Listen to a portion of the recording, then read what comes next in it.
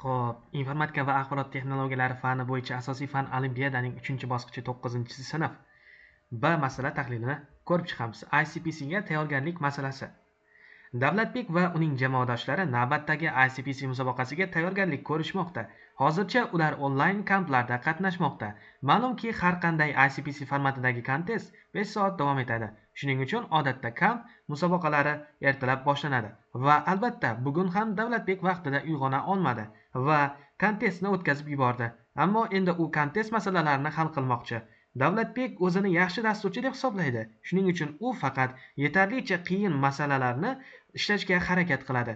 Uning fikriga ko'ra, masala yetarlicha qiyin hisoblanishi uchun bu masalani kontestda ishtirok etgan jamoalarning yarmidan kamrog'i kontest davomida ishlay olgan bo'lishi kerak ekan.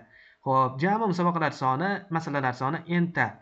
Demak, jami masalalar soni n va har bir masala uchun kontest davomida uning ishlagan jamoa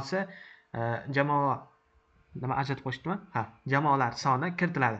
Davlatbek qancha masalalarni ishlab ko'rishga harakat qilishini toping. Kamida bitta masala barcha ishtirok etgan jamoalar tomonidan ishlanganligini unutmang.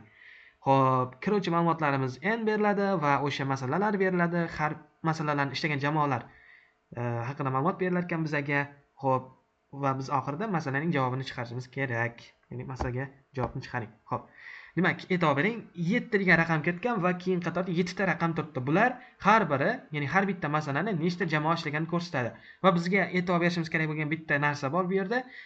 Faqatgina bitta masalani bu yerda barcha, ya'ni kamida bitta masalani barcha jamoalar ishlagan bo'lishi aniq deyapti. Va bundan kelib chiqadiki, biza mana shu yerda eng katta sonni topsak, bu bizda 5 ta jamoa shu musobaqada qatnashganligini aytib turar ekan. Masalan, birinchi testda 9 ta jamoa eng kattasi bo'lsa, 9 raqam eng kattasi bo'lsa, demak, nima ekan 9 ta jamoa qatnashgan ekan bu yerda. Xo'p, shuni ham unutmasligimiz kerak, chegaralarimiz 500 gacha borar ekan. Xo'p, yaxshi. Biz bemalol for shunaqa narsalar qilib olsak bo'lar ekan. Xo'p, bo'lmasam demak, algoritmimizga kelsak, bu yerda nima qilamiz o'zi? Qanday qilib aniqlaymiz desangizlar, bu yerda shunchaki maksimal sonni aniqlaymiz va har bitta masalani yechgan jamoalar sonini ko'rib chiqayotgan paytimizda ularni o'sha maksimal sonimizni 2 ga bo'lganimizdan kichik ekanligini tekshirib ketamiz, bo'ldi. O'sha javob bo'ladi. O'shalarni hisoblab sondan qilsak, mana shu bizning yechimimiz bo'ladi. Keling, dasturni yozib ko'ramiz. Xo'p, dastlab n soni beriladi. Int input. Xo'p, keyin jamoalarimizni, demak, m degan o'zgarishga saqlab keta qoling buni.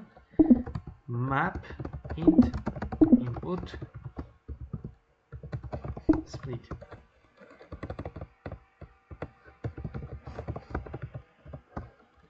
Xo'p, bizga sanoqchi kerak bo'ladi, s teng 0 va maksimal sonni olmoqchiman. Maksimal sonimiz, demak, keling mana buni l deb qo'yaylik.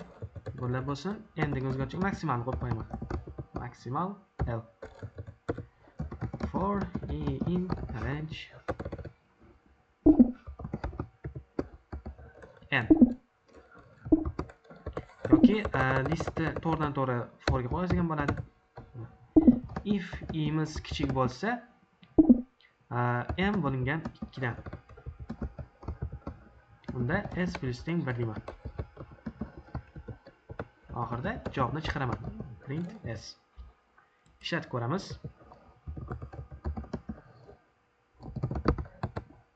Xo'p. Masalan, 3 ta masala bor deylik. Bittasi bitta.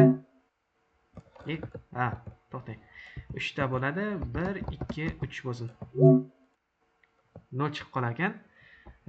Bu yerda 3 2 bo'lganda 1,5 va 1,5 dan kichik-ku. Shunisi olmay ketdimi bizda? Xo'p, masaladagi kalit nimasini qo'yib ko'raylik mana buni.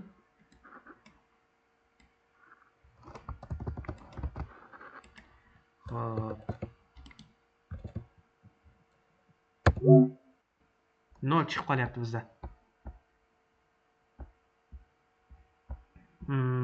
Sababini aniqlab ko'ramiz. Sababi nima ekan? Print m ni ko'raylik va m ni yarmini ko'raylik. M taqsim 2 nimadan ekan?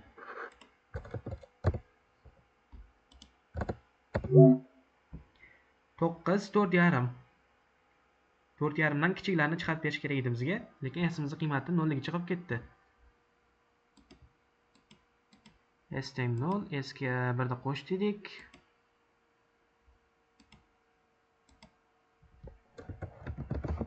Print i. Shuni ham bitta ko'raylikchi. Map bilan ishlatganimizga nima deb bo'lyaptimikin?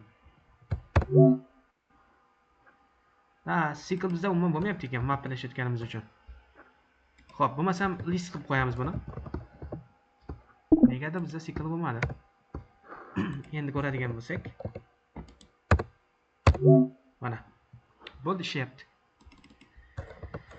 Xo'p, printlarimni olib tashlayman va yana bir marta test qilamiz. Bo'ldi. 4 qaytyapti. Mana shu bizga yechim bo'ladi.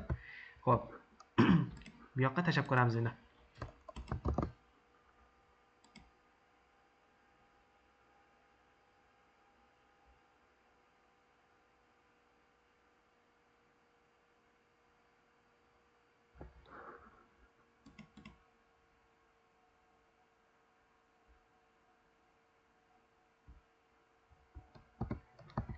Xo'p, aloqa bor. Negadir RoboContest qotyapti. Sayti.